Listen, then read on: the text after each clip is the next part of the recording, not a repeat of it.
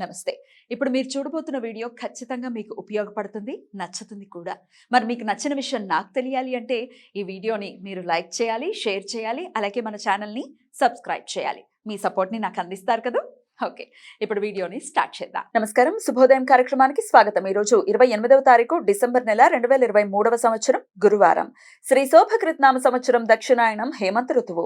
ఈరోజు మార్గశీర్ష మాస బహుళపక్ష పాఠ్యమి తిథి ఉదయం 6:46 వరకు, తదుపరి విద్యా తిథి.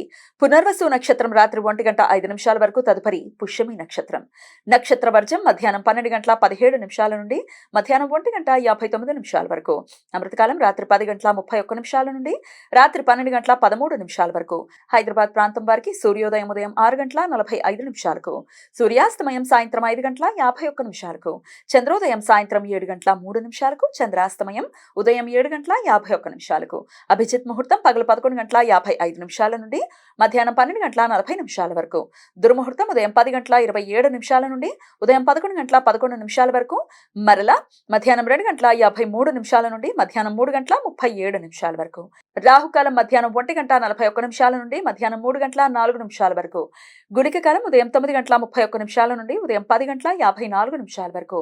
యమగండ కాలం ఉదయం 6:45 నుండి ఉదయం 8:08 వరకు.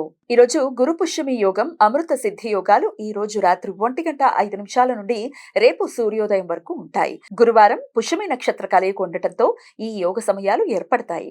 ఈ సమయంలో నూతన వ్యాపార ప్రయత్నాలు చేయడానికి, కొత్త పనులు ప్రారంభించడానికి, నూతన ఔషధాలు వాడటం మొదలు పెట్టడానికి, వైద్యులను సంప్రదించడానికి అత్యంత అనుకూలం. ఈ యోగ సమయంలో నూతన మంత్రోపదేశం తీసుకోవటానికి, పెద్దవారిని, మేధావులను, ఆధ్యాత్మిక గురువులను కలవటానికి, నూతన వ్యాపార భవన నిర్మాణానికి శంకుస్థాపన చేయటానికి అత్యంత అనుకూలం. సర్వార్థ సిద్ధి యోగం ఈ రోజు పూర్తిగా ఉంటుంది. ఈ యోగ సమయాలలో నూతన వ్యాపార ప్రయత్నాలు చేయడానికి, కొత్త పనులు ప్రారంభించడానికి అనుకూలం. ఈ సమాచారాన్ని మనకు అందించిన వారు మేడికొండూరు విశ్వనాథ్ ప్రసాద్ గారు. ఆయనకు కృతజ్ఞతల్ని తెలియజేస్తూ నారాయణ స్మరణతో సమస్త సన్మంగళాని భవంతు. నమస్కారం.